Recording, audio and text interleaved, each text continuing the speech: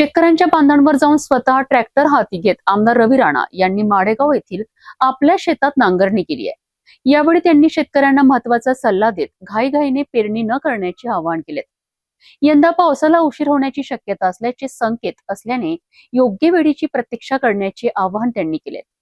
काय म्हणालेत आमदार रवी राणा, पाहूया हा विशेष रिपोर्ट। माडेगाव परिसरातील आपल्या शेतात आमदार रवी राणा यांनी ट्रॅक्टर चालवत खरीप हंगामाच्या पूर्वतयारीचा आढावा घेतला। शेतकऱ्यांशी संवाद साधताना त्यांनी यंदाच्या पावसाच्या संभाव्य परिस्थितीवर भाष्य केलेत। रवी राणा यांनी सांगितले की अनेकदा पहिल्या पावसानंतर शेतकरी पेरणी करतात, मात्र नंतर पावसात खंड पडल्याने दुबार पेरणीची वेळ येते आणि त्यामुळे मोठे आर्थिक नुकसान सहन करावे लागते। यंदा मान्सून काहीसा उशिरा दाखल होण्याचे संकेत विविध हवामान अंदाजातून मिळत असल्याचे त्यांनी नमूद केलेत।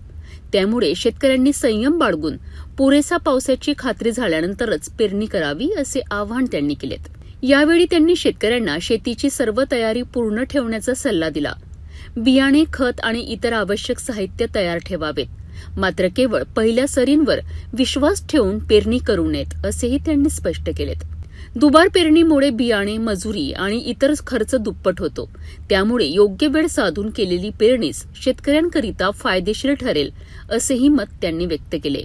शेतकऱ्यांच्या प्रश्नांवर सातत्याने आवाज उठवणारे आमदार रवी राणा यांनी यावेळी शेतकऱ्यांच्या सावधगिरीचा इशारा देत आर्थिक नुकसान टाळण्याकरिता योग्य नियोजन करण्याचे आवाहन केले आहे। आज संपूर्ण माझ्या शेतामध्ये मी स्वतः सकाळपासून आतापर्यंत या ठिकाणी नांगरणी केली। या ठिकाणी मोठ्या प्रमाणात पूर्ण शेत तयार करून आम्ही ठेवत आहे दरवर्षीप्रमाणे, पण निसर्गाची साथ यावेळेस मिळत नाहीये। कुठे ना कुठे पाऊस उशिरा येत असल्यामुळं राज्याचे मुख्यमंत्री देवेंद्र फडणवीस साहेबांनी सांगितलं की कोणी शेतकऱ्यांनी पेरणी करायची घाई करू नये। आपल्या शेतामध्ये नांगरणी वगैरे करून पूर्ण शेत तयार करून ठेवा, पण जिथपर्यंत महाराष्ट्र सरकारच्या वतीने आवाहन केलं जाणार नाही की पेरणी करा, तिथपर्यंत कोणी पेरणी करू नये। कारण निसर्गाची साथ ही जरुरी आहे। दुबार पेरणीची वेळ आली नाही पाहिजे।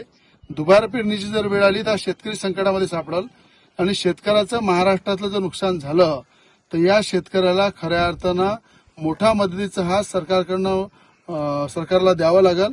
पण आताच पहिले आपली शेती पेरण्याच्या आधी आपण थोडंसं थांबून पेरली पाहिजे, थांबून आपलं बियाणं शेतामध्ये टाकलं पाहिजे। कारण की आज जर आपण घाईनं पेरलं आणि पाऊस जर आला नाही 20-25 दिवस तर पूर्ण दुबार पेरणीची वेळ येणार आहे। म्हणून शेतीवर पूर्ण मशागत करून शेतीची तयारी करून ठेवा। पण जिथपर्यंत सरकारच्या वतीने आवाहन केलं जात नाही, अधिकारी आपल्याला हवामान विभागाच्या माध्यमातून सांगत नाही, तिथपर्यंत कोणी शेतकरी पेरू नये ही नम्र विनंती करतो। मी सुद्धा माझ्या शेतामध्ये आता नांगरणी हे ट्रॅक्टरच्या माध्यमातून करत आहे, पूर्ण शेत तयार करून ठेवत आहे। पण जिथपर्यंत हवामान खात्याचं आणि अधिकाऱ्यांच्या माध्यमातून, राज्य सरकारच्या माध्यमातून जिथपर्यंत आवाहन केलं जाणार नाही तिथपर्यंत मी स्वतः पेरणी करणार नाहीये।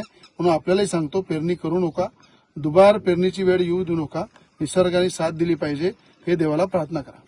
शेतकऱ्यांनी घाई न करता हवामानाची स्थिती लक्षात घेऊनच पेरणीचा निर्णय घ्यावा असा संदेश आमदार रवी राणा यांनी दिलाय। दुबार पेरणीचे नुकसान टाळण्याकरिता संयम आणि नियोजन आवश्यक असल्याचे त्यांनी स्पष्ट केले।